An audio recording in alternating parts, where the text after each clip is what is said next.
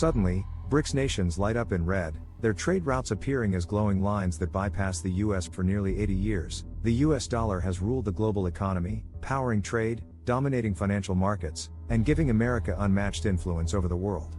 But now, that era may be coming to an end. The BRICS nations, Brazil, Russia, India, China, and South Africa, are no longer just talking about moving away from the dollar. They're building an entirely new financial system, one that could challenge American dominance and reshape global trade forever. So why are these nations trying to ditch the dollar? How does this new BRICS payment system actually work?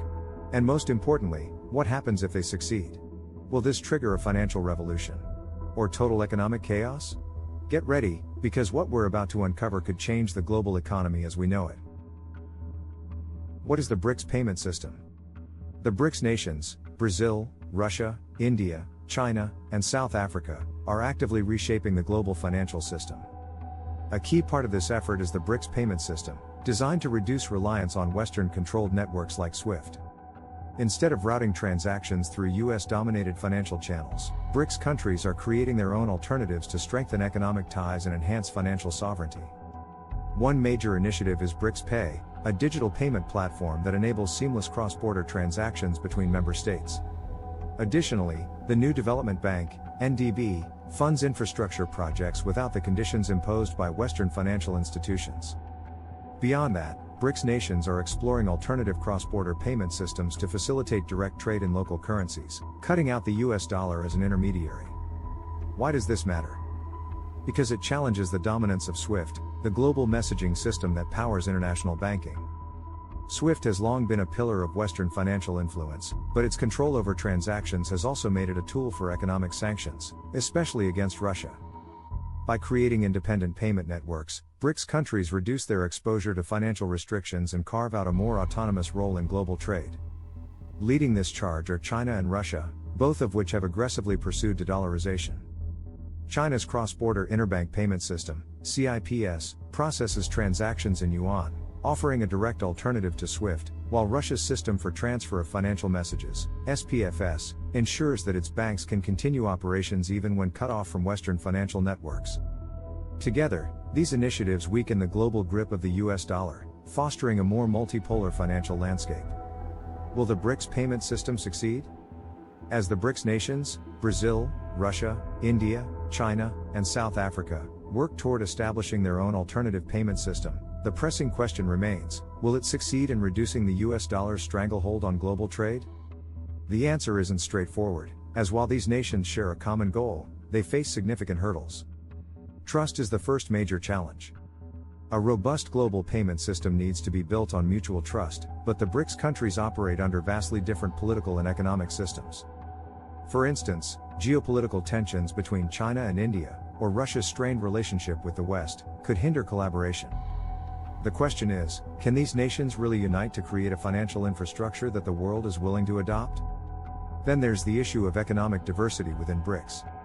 While China boasts one of the world's largest economies, India and Brazil are still emerging economies with varying financial systems and needs. This disparity complicates the creation of a uniform solution. Additionally, infrastructure challenges could be a deal-breaker.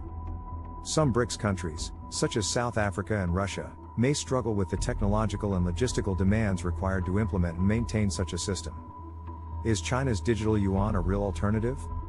At the heart of this alternative payment system is China's digital yuan, a central bank digital currency, CBDC, that aims to challenge the US dollar's global dominance. But can it succeed? On the one hand, the digital yuan allows China to bypass the traditional financial system, giving it a strategic advantage in trade, especially within BRICS nations. However, the global adoption of the digital yuan remains uncertain.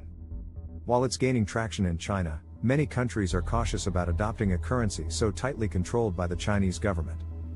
For the digital yuan to truly compete with the US dollar, it will need broader international acceptance, which remains a major roadblock. The role of cryptocurrencies and blockchain in bypassing the dollar alongside the digital yuan, another potential solution to the dollar's dominance, lies in the world of cryptocurrencies and blockchain technology.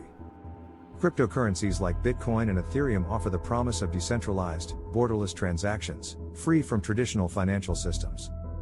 Blockchain, the underlying technology, enables secure, transparent transactions without middlemen, potentially allowing countries to conduct trade directly, bypassing the US dollar altogether. However, cryptocurrencies face their own set of challenges. The volatility of digital currencies is a key concern. The value of Bitcoin, for example, can swing dramatically in a matter of days, making it an unreliable store of value for international trade. Moreover, the regulatory environment around cryptocurrencies is still evolving. Many governments, particularly in the West, are cautious about the potential for cryptocurrencies to evade regulations and disrupt the global financial order. As we look ahead, the potential rise of alternative global currencies and digital assets raises an important question. Could the US adapt by introducing its own central bank digital currency, CBDC, to maintain financial influence? Businesses and investors should stay informed and agile, preparing for potential shifts in global trade, monetary policy, and market dynamics. While some see these changes as a threat to the dollar's dominance, others view them as just another challenge the US will navigate and overcome, as it has many times before. What do you think?